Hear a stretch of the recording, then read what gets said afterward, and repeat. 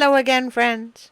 First, and I hope my favorite tag will not be angry, but we have a first-time request. Per the rules, first-time requests skip the queue and go next. So this story is for Rally Cheetah. Second, I hope Rally Cheetah will not be mad at me, but I'm not reading the Rainbow Crow. It seems, per the Lenape people, this story is not one of theirs. Apparently the crow is not a large part of their folklore, and I also noticed a reference to the trickster coyote. That is part of Cherokee folklore. It appears that someone in the 1980s took a Cherokee story and rewrote it, gave credit to the Lenape, and now it's just floating around the internet. You know, like that famous quote from Mark Twain, "If it's on the internet, it must be true." So, I will instead tell the story that it is believed the Rainbow Crow was cribbed from. Join me now as I read The First Fire. In the beginning there was no fire, and the world was cold, until the thunders... Oh good. More people to be mad at me. First the Welsh, now the Cherokee nation. Please forgive me.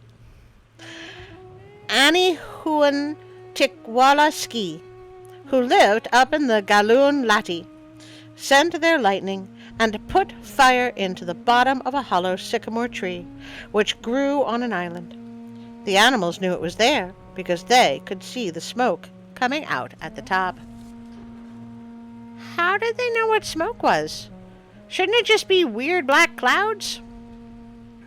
But they could not get to it, on account of the water, so they held a council to decide what to do. This was a long time ago. Every animal that could fly or swim was anxious to go after the fire. The raven offered, and because he was so large and strong, they thought he could surely do the work, so he was sent first. He flew high and far across the water and alighted on the sycamore tree. But while he was wondering what to do next, the heat had scorched all his feathers black, and he was frightened and came back without the fire. I mean, yeah, that would scare the heck out of me, too.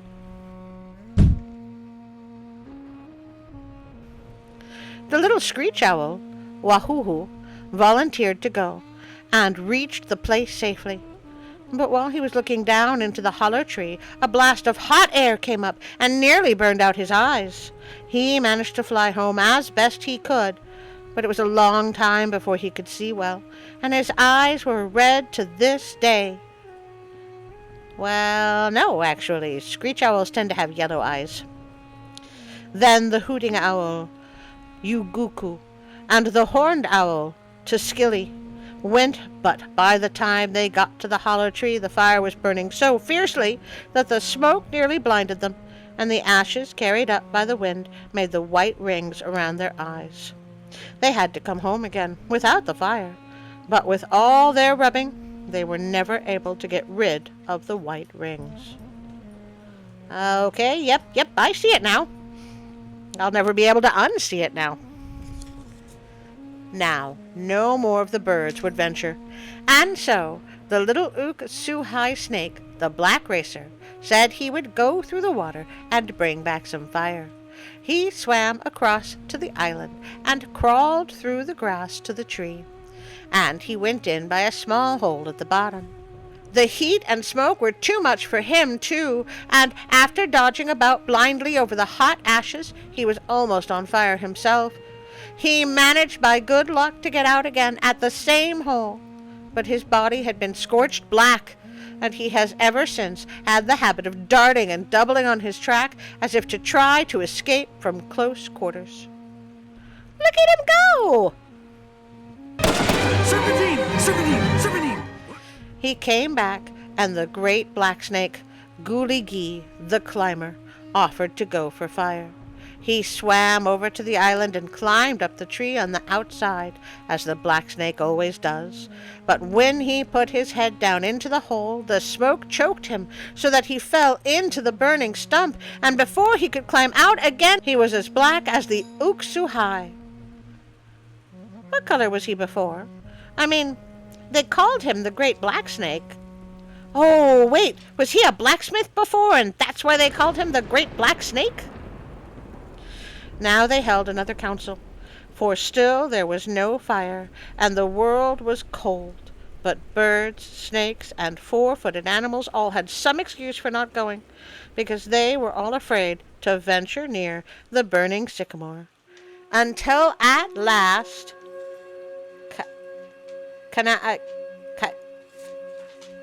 that word, the water spider said she would go.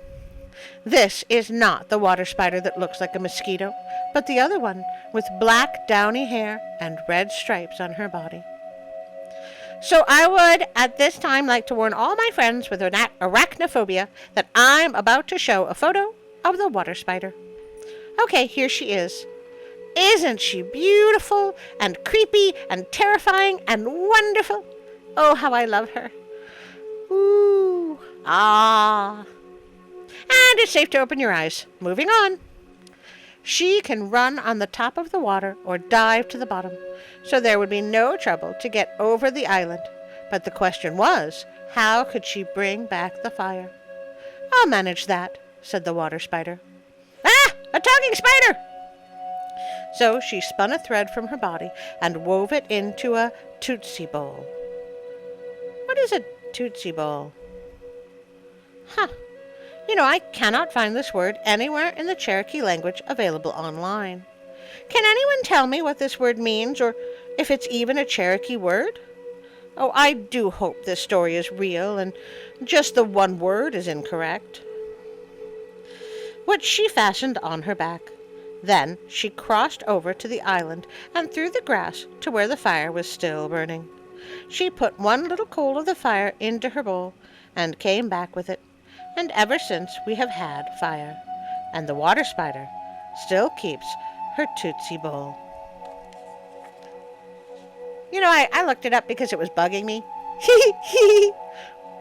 But I think this story is referring to the air bubble that the water spider creates around its abdomen so it can breathe. It does look a little like a bowl. Honestly, it's really cool, and I can see someone asking about it, and suddenly a whole story springs to life. I do hope this is really a Cherokee story, and please tell me if it's not, because it's wonderfully inventive. If I need to be educated on anything about the story, or the Lenape, or the Cherokee, I am very willing to learn. The internet is only so helpful, and I live in the wrong region for there to be a learning center near me. It's like that famous Albert Einstein quote, "The beginning and end of all knowledge is in the internet." Well, it's time when I ask you to like, share, and subscribe. Maybe we can start a conversation about creation stories and which is your favorite. If you would like to support me on Patreon, Facebook, or Instagram, there are links in the description below. I would like to thank Pixabay.com and all their contributors. I would be lost without them. I would also like to thank you, my dear friends, for being here with me.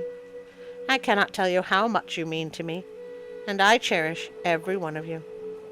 Thank you. And now a special thank you for my Patreon friends.